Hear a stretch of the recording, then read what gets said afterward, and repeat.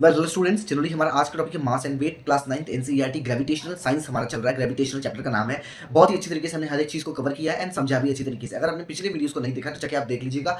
Then let's start. And एक request है, जब भी पढ़ने बैठे दोस्त, एक कॉपी और एक पेन के ही साथ आपको बैठना है, क्योंकि हर एक चीज जब आप समझ रहे हैं तो उसे लिखते रहिए। जितना आप लिखोगे उतना आपको समझ में आएगा और उतना आपके लिए बेस्ट होगा। ठीक है, सो लेट्स स्टार्ट। मास, मास का मतलब क्या होता है देखते हैं। Mass is a fundamental universal property.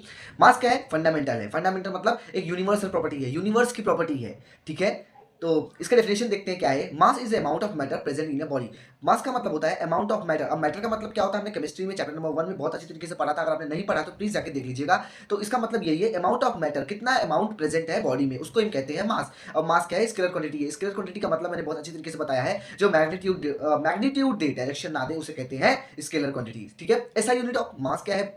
ऐसा यूनिट ऑफ मास है किलोग्राम, केजी, जिसको केजी से रिप्रेजेंट करते हैं। ठीक है, ये सारी चीजें छोटी छोटी चीजें हैं। ये डेफिनेशन शायद आ सकता है आपके एग्जामिनेशन में, तो प्लीज ध्यान रखिएगा। ठीक है, तो mass is measured using a beam balance. देखो ये एमसीक्यूज के अंदर पक्का आता है, तो इसको ध्यान से पढ़िएगा। तो मास जो है मेजर किससे कहते हैं? मेजर्ड किससे ये नापते हैं इसको? इसे बीम बैलेंस। बीम बैलेंस एक डिवाइस है जिससे मास का पता चलता है कितना मास है। ठीक है, आशा करता हूं आपको समझ में आ रहा हो। And it does not change from one place to another place. ये चेंज नहीं होता है। मान लीजिए आप हो और मैं हूं, हम दोनों का मास सेम ही होगा? नहीं। मान लीजिए पेन है, पेन और इसका कैप जो है ना, जो पेन और कैप है, इसका दोनों का मास सेम ही होगा। हर जगह, भले इधर हो चाहे इधर हो, सेम ही होगा। आशा करता हूँ आपको समझ में आ रहा हो इसके अंदर। देखो इसमें कोई भी डिफिकल्टी नहीं है, बहुत ही ज्यादा इजी है। आपको हर चीज स्टेप बाय स्टेप समझना है क्लास 9 के अंदर, ग्रेविटेशनल के अंदर, क्योंकि फिजिक्स है तो समझना पड़ता है। अगर आप नहीं समझोगे, रट के जाओगे, तो इसमें आपका बहुत ज्यादा लॉस है, क्योंकि ये सारी चीजें बेसिक्स हैं, क्लास 10th के अंदर बहुत ज्यादा यूज होंगी अगर आप नहीं पढ़ोगे तो देखते हैं वेट क्या है।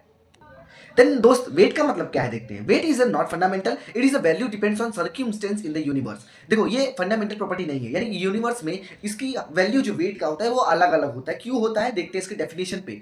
तो वेट का एग्जांपल मैंने दे दिया है। तो weight is equal to mass into gram. देखो मास तो अपना हमने जैसे देखा कि फंडामेंटल यूनिवर्सल प्रॉपर्टी है जो चेंज नहीं होता, लेकिन ग्राम से इंटू हो जाता है। तो ग्राम तो डिपेंड करता है ना, क्योंकि देखो आप 70 किलो के हो, मैं 80 किलो का हूं, और तीसरा बंदा शायद 100 किलो का भी हो सकता है। तो ऐसा क्यों? क्योंकि उसका बॉडी वेट अलग अलग है सबका। मास तो सबका सेम होगा, लेकिन बॉडी वेट जो देखो वेट कैसे निकलता है? मास इंटू ग्राम, तो उसका जो ग्राम होगा ना वो अलग होगा, इसकी वजह से शायद अलग हो। ठीक है, तो देखते हैं क्या है। तो एग्जांपल मैंने दिया है, mass is equal to 5 kg weight on earth. तो W कितना है अपना? 5 एंड इंटू, अब 9.8 कहां से आया भैया? देखो 9.8 मैंने बताया था जी की value acceleration due to gravity. इससे पहले हमने अच्छी तरीके से समझा था। Acceleration due to gravity is equal to 9.8 metre per second square, या फिर 10 रहेगा तो गिवन ही रहेगा। ठीक है, तो आशा करता हूं आपको समझ में आया इसके अंदर। तो ये सॉल्यूशन किया और आंसर आ गया हमारा। ये शायद एमसीक्यूज के अंदर आ सकता है, तो ध्यान रखिएगा आप। ठीक है, तो वेट क्या है? Weight is a vector quantity. Weight का मतलब क्या? वेक्टर क्वांटिटी का मतलब क्या होता है? वेक्टर क्वांटिटी का मतलब होता है कि जो डायरेक्शन भी दे, मैग्नीट्यूड भी दे। अगर आपने अच्छी तरीके से नहीं देखा है, मैं आई बटन पे वेक्टर और स्केलर क्वांटिटी का दे दूंगा अच्छी तरीके से, उसमें आप जाके देख सकते हैं अच्छी तरीके से। ठीक है, तो देखते हैं ऐसा यूनिट क्या है इसका। SI unit of weight is newton. ध्यान रखिएगा, ये छोटी छोटी चीजें जो एमसीक्यूज के अंदर आ जाती हैं, या ट्रू फॉल्स से फिल इन द ब्लैंक्स के अंदर आती है, जो बच्चे बहुत ज्यादा मिस्टेक करते हैं, उनके मार्क्स कट जाते हैं। तो प्लीज ये गलती आप ना करें। कोई भी डाउट हो तो आप कमेंट सेक्शन में मुझसे पूछ सकते हैं। ठीक है, it change from it sorry weight is measured using a spring balance. उसमें क्या था? बीम बैलेंस था। किसमें? मास में। लेकिन वेट में क्या है दोस्त? वेट में है अपना स्प्रिंग बैलेंस। स्प्रिंग बैलेंस, ठीक है। It change from one place to place because g is changes. जैसे कि मैंने बताया आपको, क्योंकि मास जो होता है डिपेंड नहीं करता है, लेकिन जो जी है हमारा एक्सेलरेशन ड्यू टू ग्रेविटी, ये बदलता रहता है। एक्सेलरेशन ड्यू टू ग्रेविटी बदलता रहता है, इसकी वजह से वेट की वैल्यू जो होगी बदलती रहेगी। तो जो वेट है हमारा यूनिवर्सल प्रॉपर्टी नहीं है। ठीक है, आशा करता हूं आपको समझ में आया। और दोनों डिफरेंस 2 या 4 नंबर में आ सकते हैं आपके एग्जामिनेशन में, तो ध्यान रखिएगा, अच्छी तरीके से इसको पढ़ना है। ठीक है, तो देखते हैं नेक्स्ट टॉपिक अपना। देन हमारा दूसरा टॉपिक है weight of the object on moon. NCERT के अंदर गिवन था बुक के अंदर, तो मैंने सोचा इसको भी पढ़ा लेते हैं, क्योंकि आधा अधूरा ज्ञान हमें देने नहीं आता है। हम पूरा अच्छी तरीके से पढ़ेंगे हर एक चीज को स्टेप बाय स्टेप। ठीक है, तो देखते हैं क्या है इसके अंदर। The mass of the moon is less than the mass of earth. Simple सी बात है, जो मास है मून का कम है किसके कंपैरिजन में? अर्थ की। अर्थ का मास ज्यादा है, and so the moon exert lesser force on the object than the earth. Simple सी बात है कि अगर मास मून का कम है तो इसके अंदर फोर्स भी कम होगा। तो मून का जो फोर्स है वो कम है, अट्रैक्शन का फोर्स, ग्रेविटी जो है कम है कंपेयर देन किसके दोस्त? अर्थ की। आशा करता हूं आपको समझ में आ रहा हो। The weight of an object of the moon is one six of its weights on earth. तो ये एमसीक्यूज के अंदर आ सकता है कि कितना वेट है लेस देन अर्थ के। तो अर्थ के कंपैरिजन में कितना वेट कम होता है? 1/6।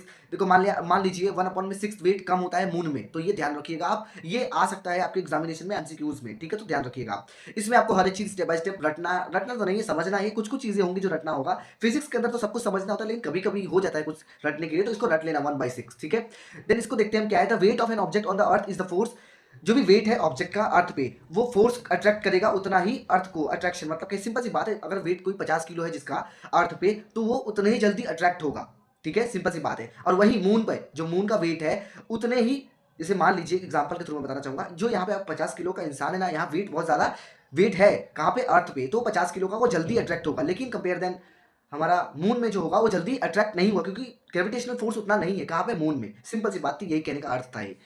देन कुछ कुछ फार्मूलाज थे जो मोस्ट इंपॉर्टेंट थे, मुझे लगा कि थोड़ा बताना। देखो फार्मूला तो वही है पिछला वाला, बस थोड़ा सा मॉडिफाई किया गया मून के लिए। तो एमसीक्यूज में तो नहीं, ये न्यूमेरिकल्स के अंदर आ सकते हैं, तो ध्यान रखिएगा। तो डब्ल्यू एम का मतलब है अपना weight of moon, mass of moon, radius of moon and mass of अर्थ। ठीक है, ध्यान रखिएगा, ये सारी चीजें मैंने दे दिया है। और इसके अंदर एक चीज बहुत ज्यादा इंपॉर्टेंट है, एमसीक्यू के अंदर ये पक्का आती है, तो ध्यान रखिएगा, आपको ये पढ़ना ही पढ़ना है, ये बात ध्यान रखिएगा। अर्थ का मास जो है 5.98 इंटू 10⁻²4 केजी है, केजी में, हाँ केजी में। केजी की जगह ग्राम भी लिख सकते हैं वो, या फिर वो कंफ्यूज करने के लिए तो आप केजी ही याद रखिएगा, ध्यान रखिएगा। रेडियस पूछा तो 6.37 इंटू 10⁻6 मीटर। ठीक है, और मून में जो मास होगा 7.36 इंटू 10⁻22 केजी, एंड रेडियस इसका होगा 1.74 इंटू 10⁻6। ये एमसीक्यूज के अंदर बहुत ज्यादा इंपॉर्टेंट है, और आपके न्यूमेरिकल्स के अंदर थोड़ा बहुत इसको रटना होगा, इसको रट लेना प्लीज। एक बार रिटर्न बोल रहा हूँ, इसको अच्छे तरीके से रट लेना। ठीक है, तो देखते हैं एग्जाम्पल 9.4 इसी के बेस्ड है, तो इसे ही हमें अच्छे तरीके से करना है। देखते हैं क्या है इसके अंदर। जैसा कि देख सकते हैं, mass of an object is 10 KG, what is the weight on earth. Mass दे दिया है किस ऑब्जेक्ट का, 10 केजी है। मास किसका दिया है, ऑब्जेक्ट का जो 10 केजी है, कहां पे, अर्थ पे। तो बताना है इसका वेट कितना होगा अर्थ पे। तो हम देखते हैं, mass of an object m is equal to 10 kg, acceleration due to gravity on the earth g। g की वैल्यू हमें पता है 9.8 मीटर पर सेकंड स्क्वायर। देखो इसमें दिया नहीं गया था, मैंने जैसे बताया है, अगर g की वैल्यू नहीं दी है तो 9.8 मीटर पर सेकंड स्क्वायर को हमें लेना है, 9.8 मीटर पर सेकंड स्क्वायर लेना है। अगर दिया ही होगा तो 10 रहेगा, 10 metre per second square. 10 metre per second square हमेशा दिया रहता है, लेकिन कभी कभी नहीं दिया रहता। 9.8 मीटर पर सेकंड स्क्वायर आपको लेना है, ये बात ध्यान रखिएगा आप। ठीक है, तो वेट का फॉर्मूला हमने अभी देखा, weight is equal to m into g. तो m दिया गया था, g हमें पता ही है, तो आंसर आ गया 98 न्यूटन। जैसे कि मैंने बताया था, SI unit of weight is equal to newton. Then आता है एग्जांपल 9.5, ये भी बहुत ज्यादा इंपॉर्टेंट, लास्ट है शायद ये। तो देखते हैं क्या है इसके अंदर। When object wait 10 Newton when measured, एक ऑब्जेक्ट है जिसका वेट है 10 Newton, when measured on surface on the अर्थ, जब हमने सरफेस ऑफ अर्थ पे मेजर किया तो उसका वेट कितना हुआ दोस्त, 10 न्यूटन। तो what would be its weight when measured on the surface of the moon. Simple सी बात है, एक बार समझते हैं। एक 10 न्यूटन का वेट है कहां पे, अपना अर्थ पे। अब हमें बताना है यही 10 न्यूटन मून पे कितना होगा, कितना वेट होगा मून पे। तो ये देखते हैं, सॉल्व करते हैं अच्छी तरीके से। ठीक है, देखते हैं क्या है। तो देख सकते हैं, आप पहले गिवन हमें लिखना है, गिवन अच्छी तरीके से लिखना है। Weight on the earth 10 newton दिया गया है, मून ग्रेविटी 1/6 ऑफ अर्थ। ये बात ध्यान रखिएगा, मैंने अभी आपको बताया था रटने के लिए। 1/6 ऑफ अर्थ, अर्थ की दिया गया है वेट हमें, तो बस खाली 1/6 इंटू 10 दिया गया था, कर देना है और हमारा आंसर आ गया है। सिंपल सी चीज थी, इसमें कोई हार्डनेस नहीं था। ये एमसीक्यू उसके अंदर ज्यादा आएगा, तो ध्यान रखिएगा। ये करते रहिएगा, ठीक है, पढ़ते रहिए, रिवीजन करते रहना। Revision is the most important thing for you. So देखते हैं दूसरा क्वेश्चन क्या है। देन आता है thrust and pressure. Thrust is the force acting on an object perpendicular to surface. ट्रस्ट का मतलब होता है एक फोर्स है। ट्रस्ट क्या है, एक फोर्स है जो एक्टिंग करता है perpendicular to surface. Perpendicular surface का मतलब क्या है भैया, मान लीजिए कि कोई फोर्स है तो ये कुछ ऐसा देगा, ऐसा देगा। ठीक है, परपेंडिकुलर 90 डिग्री जो होता है उसको कहते हैं परपेंडिकुलर टू सरफेस। ठीक है, अच्छा करता हूं समझ में आया। इसको देखो, खाली डेफिनेशन है, ये आपके एग्जामिनेशन में डेफिनेशन के रूप में आएगा 1-2 नंबर में, तो ध्यान रखिएगा। 3 नंबर में 3 डेफिनेशन पूछेगा, ट्रस्ट, प्रेशर या फिर फोर्स क्या होता है, ये 3 चीजें पूछेगा, तो ध्यान रखिएगा। ठीक है, तो देखते हैं। Pressure is the force acting on unit on area of an object. Pressure क्या है, एक बार वापस, प्रेशर एक फोर्स है जो acting on per unit area होता है, उसको ही बोलते हैं प्रेशर। तो प्रेशर का formula is equal to thrust upon में एरिया। ट्रस्ट अपॉन में एरिया, ट्रस्ट गिवन होगा या फिर एरिया गिवन होगा, एक चीज फाइंड करना होगा आपको। ठीक है, SI unit of force is a newton, क्योंकि ट्रस्ट एक टाइप का फोर्स ही है तो इसका न्यूटन ही होगा। ठीक है, SI unit of pascal is equal to pressure. तो देखो, ऐसा यूनिट प्रेशर का जो है पास्कल है। ठीक है, ऐसा यूनिट प्रेशर का पास्कल है, ध्यान रखिएगा ये बात। और एमसीक्यूज में पूछा जाता है, हमेशा ध्यान रखना आप। स्मॉलर एरिया होगा, छोटा एरिया होगा तो उसका प्रेशर ज्यादा होगा, लार्जर एरिया होगा तो उसका लेस प्रेशर होगा। ये एमसीक्यूज के अंदर बहुत ज्यादा पूछा गया है, तो ध्यान रखिएगा आप। ठीक है, और प्लीज कमेंट सेक्शन में बताना कि मैं कैसा पढ़ा रहा हूँ, अच्छा पढ़ा रहा हूँ कि नहीं, आपको समझ में आ रहा है कि नहीं। लाइक करना, शेयर करना है, सब्सक्राइब करना। Thank you so much everybody.